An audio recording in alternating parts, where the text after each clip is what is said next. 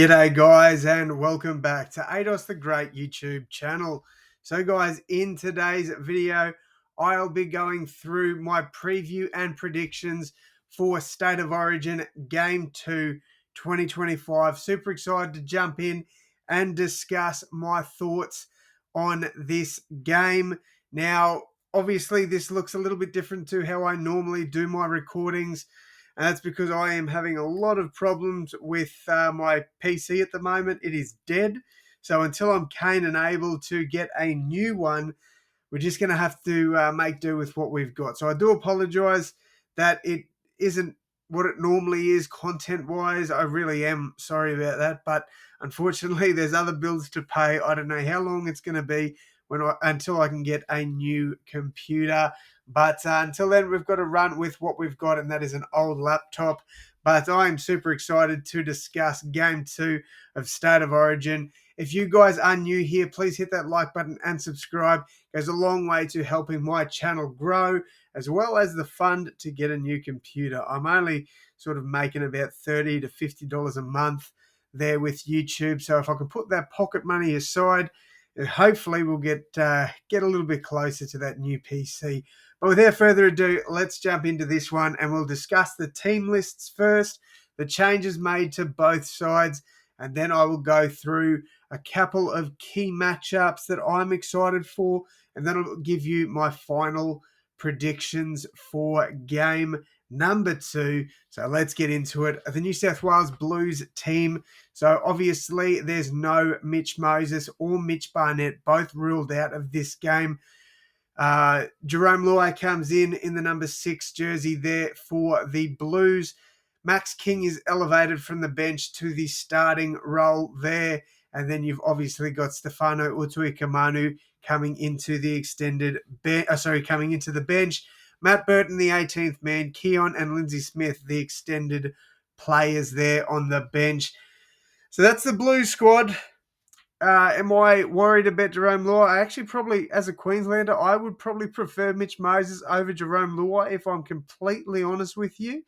Max King replacing Mitch Barnett. Look, Max King is a great player, but he doesn't intimidate me like Mitchy Barnett does. So, and I'm not really worried about Stefano Utuikamanu. As a Rabbitohs man, I'm glad they didn't go with Keon because he would have been out last weekend. But I would be worried about him if he was to eventually come into this squad because he is an absolute weapon. For the Maroons squad, let's get into that one. So obviously the changes here, Kurt Capewell and Kurt Mann come in and Daly Cherry Evans and Beau Fermor drop out. I actually think both of these players are really unlucky to lose their spots. Mainly Beau Fermor over Daly Cherry Evans because Daly had question marks over him. Beau Fermor came on with like 15 to 10 minutes left in that game 1 where it was already realistically lost. I don't think he was fairly dropped in this one. I think he should have stayed in this squad. But do I think there'll be some changes come game day? I actually do.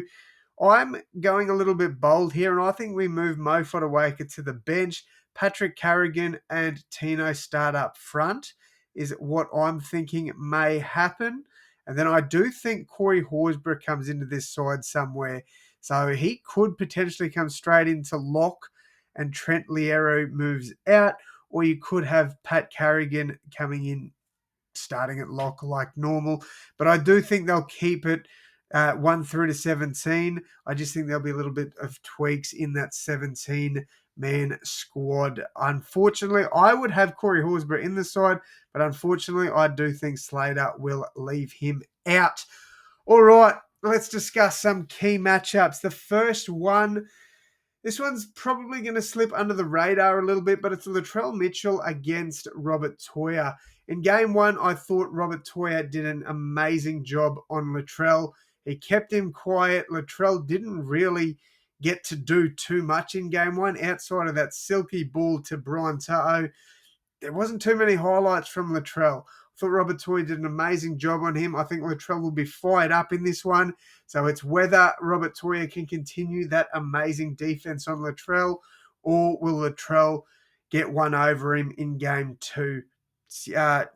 I don't know. We'll have to find out, but that is one of my matchups. The next one is the battle of the halves, or 5/8, I should say.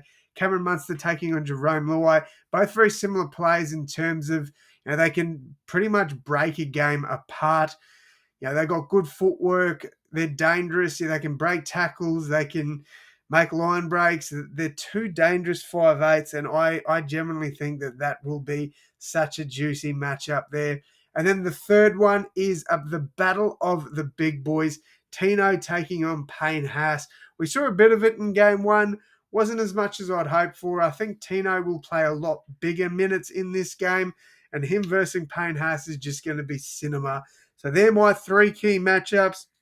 Now we're going to get into the predictions for game two. So we're going to go through my first try scorer and anytime try scorer. We're going to do my predicted final score, and then I will give you my man of the match. So first try scorer in this one, I spoke about him a little bit before, but it's Latrell Mitchell. I think Latrell will have a big game in this one. I do think Robert Torrey will do a good job on him once again, but I think Latrell will prove too good at least one stage of the game. I think he crosses for the first try to try and make a bit of a statement there. My anytime try scorer is going to come from the Maroons, and it is a winger, not Xavier Coates. It's the other one, Hamiso Tabuai-Fidow, moving from the centre to the wing in hopes he'll get through more work. I generally think he will. He's got a point to prove because a lot of people were calling for him to be dropped after game one. So I think Hammer scores in this one. I'm going to put a little cheeky bet down and say he scores a double in this one. So that's my predictions there. Latrell first try scorer, Hammer anytime try scorer. And then we've got the final score. I think the Blues will actually get to an early lead, a 10-0 sort of lead, and they'll look dominant early on in the game. But I do think the Queenslanders will stay composed and they'll get the job done. I'm confident that we can get the job done. I'm backing the Maroons in 22 points to 16, a 6-point margin. We've never won in Perth, but you know what? Records are meant to be broken, and we're breaking that this year, baby. I promise you that. Queensland 22 points to 16 over the Blues, and Cameron Munster, first time as captain for the Maroons, gets the job done and gets the Man of the Match award. Let me know your predictions down below in the comments, guys. Thank you all so much for tuning in. And as always, my friends, I will see you in the next one. Thanks, guys.